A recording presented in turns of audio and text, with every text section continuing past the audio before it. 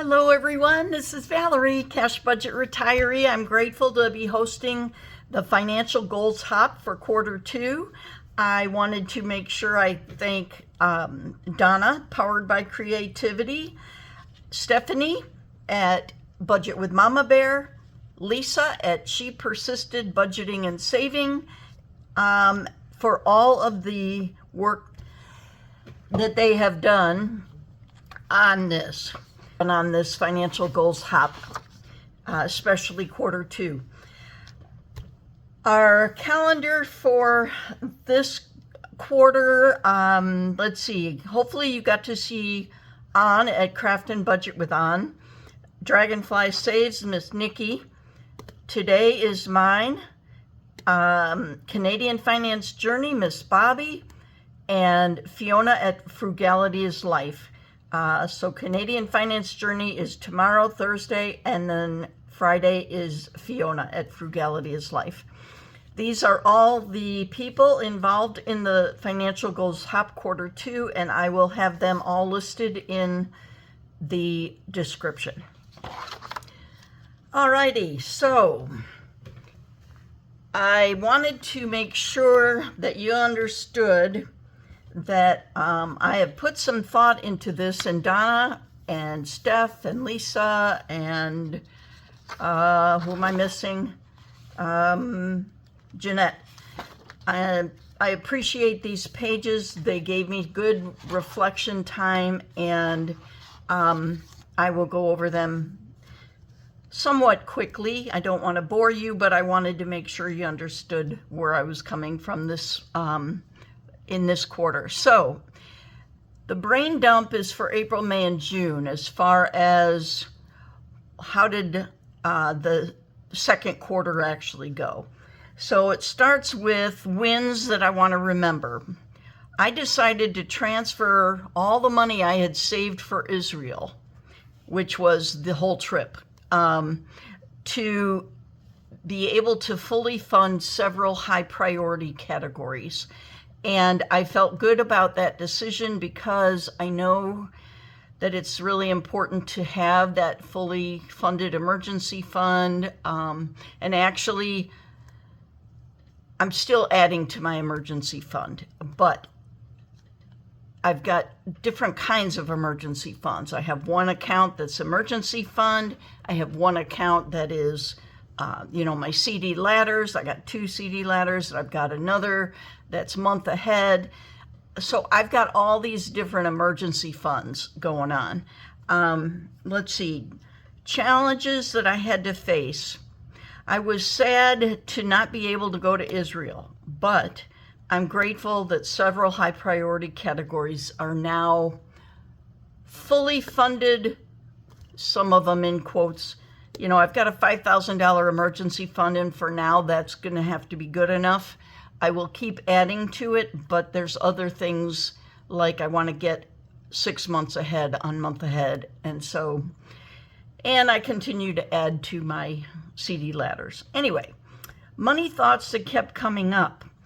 Yes, I'm eating out probably more than what you would think I should. However, I truly, living by myself, I don't really like cooking for one. I don't like cooking and then having the same meal over and over for the week. And then I go out and I will purposely get something that I know I can take like 2/3 of it home, and I'll make more meals out of it. So I kind of rationalize it, although the portions, they're still pretty expensive. It's cheaper to cook at home. Habits I've noticed. Of course, eating out, which I don't know that I will stop eating out altogether, but I do try to make choices to eat at home. I've noticed a habit also. I have needed breaks. Sometimes I've needed to take time off. Well, one time I was sick, but I think it's important that we take care of ourselves and that we need a break once in a while and just do it. The world's not going to crumble. Your YouTube channel's not going to diminish. Just take a break when you need to. That's my thought. Things I'm grateful for. My auto deductible is fully funded. My emergency fund is temporarily fully funded at $5,000. My license and registration, I'm actually, I believe, 2 years ahead. My Mint Mobile is 1 year ahead, and it's not due for several months yet, so I'm doing good to continue to add to these things. Memberships and subscriptions, they're all 1 to 2 years ahead as well. So I'm grateful for that. So I might not have my entire month's expenses marked 1 year ahead, but I do have several of my expenses that are at least 1 year ahead. What surprised me, how fast I could actually save for travel when I made it a priority. Yeah, that was cool. I was really saving quickly for Israel, and I had the whole trip, over $7,000 saved, and you know, it didn't take me really long. It was like being on a financial diet, you know. I made sure I could save the $500 a month, but oh my gosh, that meant I couldn't hardly spend anything. Anyway, what I need to release, my disappointment in myself that I'm actually getting older and I need to go at a slower pace. I feel like sometimes like I'm an old woman, and I'm 66. I'll be 67 in August. I'm not like that old, but I can feel in my body the need to not go as fast and go, do. I just need to be a human being, not a human doing. I wrote here, I don't want to hustle. I'm retired and I want to be. So it's okay for my pace to be slower, but I've had to release that expectation that I could keep up a pace like I did when I was working full-time. And even when I was working full-time, I was exhausted all the time anyway. What do I want to carry forward? I want to continue saving almost all of my Social Security check every month. I want to continue adding to my Ally account every month to watch that grow. Q2 taught me I can do videos where I show my face. I really do have something to offer about cash budgeting. Before I took this training that I took, I dreaded the thought of putting my face out there. I felt self-conscious. I felt like, I don't know, like I talked funny, and I was just incredibly self-conscious. Well, I've done some shorts with a training class, and they turned out okay. Not perfect, but better than I thought they would. Okay, financial blessings I noticed. This is involving attitude or abundance and gratitude. My reflection. Financial blessings I noticed. I was able to save almost all my Social Security check. That is a gift to myself. It's also a tribute to my ability to live on almost half of my monthly income, which is, I don't think very many Americans live on about half of their income. And I'm requiring myself to do it because I want to save a whole bunch of money a month. My non-financial blessings I'm thankful for. I have noticed that I've had more confidence showing my face on videos. I've learned a lot from taking the training that I took in June. A moment I'm proud of, taking the training class, completing all of the lessons in the training, and I learned things that I can apply going forward. A lesson that helped me grow, doing shorts in the video training, that I've already mentioned how doing the shorts has really kind of built my confidence. And one thing I learned from that is when you make a mistake, pause.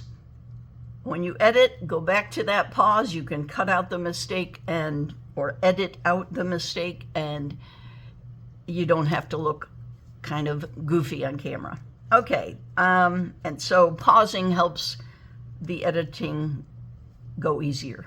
Okay, something that worked better than I expected, again, the shorts. I developed more confidence. I felt more competent. One thing I want to thank myself for, staying consistent in making the videos and in saving, at least as much as I could. I know I had to take some time off, some days off when I wasn't feeling well, or if I was just exhausted. Participating fully in the video training class. You know, when I was taking that training, I observed some people going, I don't want to do this, or but I pushed through. Perseverance is important. It was very challenging, I will tell you that, and I was glad when the training was over because I was really tired. But it helped me to refresh my channel. I thank Lisa Grateful Me for, she said, you know, try out ChatGPT. That's helped them. It helped her a lot, and she lovingly calls it chat, like a boyfriend or something. Anyway, not really, but and excuse me. It also gave me the gumption to highlight 3 cash budgeting YouTubers whom I appreciate. Now, I appreciate a whole lot of everybody here, but I have 4 videos a week. One video is with my own challenges with my members, and the other 3 can be for 3 people. So more people will be highlighted in the future. However, it'll be a little while because I have so many of Lisa Grateful Me's challenges, Busy Lizzie's budget challenges, and Mary Love Country Living's challenges. So this quarter I'm grateful for the video training class that I took and completed. I'm very grateful for my friends here in the Cash Budgeting YouTube community. This really is a wonderful community. My quarter 2 monthly check-in. Money wins I'm proud of. I'm very proud that I've been able to temporarily fully fund several categories in my budget. Where my money felt stretched, well, I didn't hardly have any spending money. So after revising my budget, this is a win. I now have budgeted for fun money, that's for myself, and quilting money. That means when I go to my quilters, monthly Quilters Guild meeting, I can spend money on a guest speaker's items, whether it's a book or a tool or something, without guilt because I budgeted for it. And fun money is similar. I can just go to a movie and not worry about spending money, or I can go out to dinner, and with that I can take a road trip and whatever. It's my own money that I don't have to account for. A spending habit I noticed, I really like Swiss almond chocolate ice cream. Over here where I live in Moline, Illinois, there is a company called Whitey's, and they make delicious ice cream. My favorite flavor is Swiss almond chocolate, and it comes in about 1.5 quart size, I think, and I'll buy one of those maybe every 10 days. I really like it. A saving habit I want to keep. I want to keep saving almost all of my Social Security check. One final decision I would make differently. I've decided to make sure that I budget every month for fun expenditures for myself. because I don't want to be on a financial diet. I want to be able to, you know how you are on a diet, you're real good for a while, you see some great results, and then all of a sudden you splurge. Well, I want to be able to have fun money for myself. One money move that helped me feel more in control, by choosing to take the travel money, since I'm not going to Israel, and funding my emergency fund and a bunch of different other things like memberships, subscriptions, license and registration. I added to auto repairs, trying to remember all that I did with that money. But then my biggest money lesson this quarter was that I need to be sure to give myself fun money to spend any way I want without judgment. Going into the second half of 2026, what do I want more of in my life? I want to keep giving myself fun money. What do I want less of? What am I ready to leave behind? Well, I find I'm watching a lot of people's cash budgeting videos, and you know what? I like being supportive of everyone, but it takes time. So maybe what I need to do is allow the video to play while I have an open concept in my condo, so I could still hear the video playing and I could still watch it while I'm either making a better dinner for myself rather than going out, or I could do some quilting at my dining room table, and I can still watch the videos. So try to be more creative instead of just sitting and watching the videos. So I've got watching TV less, creating more, and quilting more. What am I intentionally building? What am I focusing on, or on creating or growing? Well, various emergency fund accounts. I'm still focusing on that. And I'm still making sure I'm giving myself fun life savings, or fun life money that's okay to spend. Let's see, what am I ready to release? Those unrealistic expectations of myself. It's okay to do life at a slower pace. I don't have to be a human doing, I can be a human being. And if that's a slower pace where I can be more reflective, more calmly going through my day, not filling my schedule jam-packed, that's what I need at this time in my life. And there's nothing saying I can't have it. I'm not really working. I am substitute teaching a whole lot less than I was in years past. What deserves more of my attention? Batch recording. I have found that when I take one full day, I record all my videos for the week, I'm able to actually get more done during the week than if I recorded the day before each video. Maybe I can actually clean my house more. Maybe I can actually finally work on the 3 quilts that I've got on the table, so to speak. I'm in the beginning parts where I'm, what do you call that? Not pre-shrinking the fabric, but I'm washing it to make sure any dye that wants to have as a residue to come off and bleed onto other fabric, I'm making sure to wash them and make sure no bleeding happens. One is my son and daughter-in-law's quilt. My son knows about it, but my daughter-in-law doesn't, unless he told her. Well, she's going to be daughter-in-law as soon as they get married. My one grandson's quilt and my other grandson's quilt. So I got 3 to make, and the 2 grandsons' quilts I'm keeping kind of simple, and that should go pretty quickly. However, it does take time. But my son and daughter-in-law's, or soon-to-be daughter-in-law's quilt, yeah, that's going to take a lot longer because that's going to be more intricate. What deserves less of my energy? Where am I overgiving, overthinking, or stretching myself thin? Well, I was saying watching TV is now changing into doing something while the video I'm watching plays. Subbing, I have limited my subbing.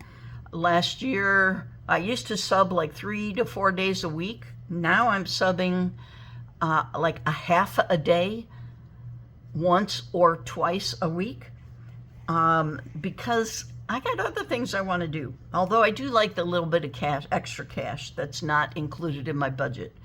That adds to more fun money. But anyway, what excites me about the months ahead? What am I looking forward to? I am looking forward to seeing how much I can have in my Ally account by the end of 2026. And one thing my future me will thank me for is living on about half my income, just about half, and saving as much as I can. Then these are the voices from the hop.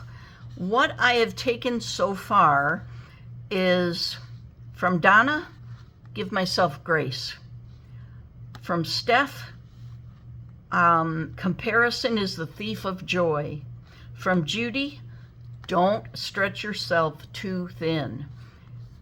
She was doing a lot of cooking for a lot of people, and her husband urged her to,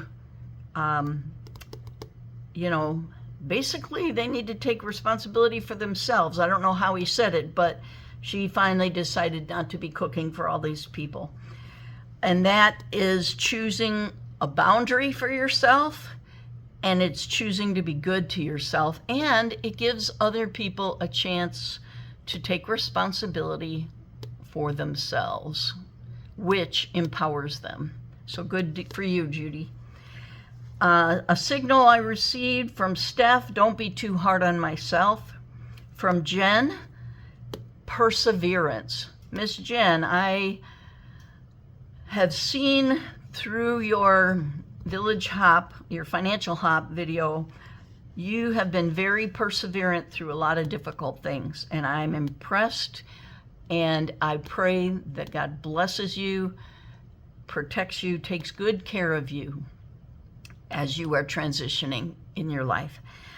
Judy, the signal I received from her is she's talking about meeting other YouTubers, and I would so love to meet other YouTubers.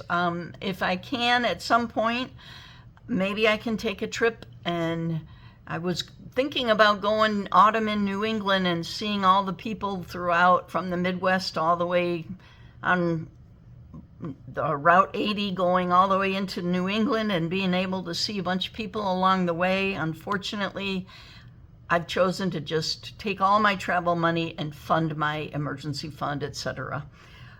So I can save for travel, and I am, but it's not as much as I was. So I won't be taking any trips for a while. And Judy, the signal I received from Judy, and it's maybe not from Judy, but this is what I heard for myself. It's okay to say no. Yep, it's okay to say no. So that is my financial goals hop, and I am thrilled to be a part of it. Thank you, ladies, for all your hard work. That's so cool, isn't it? I like it.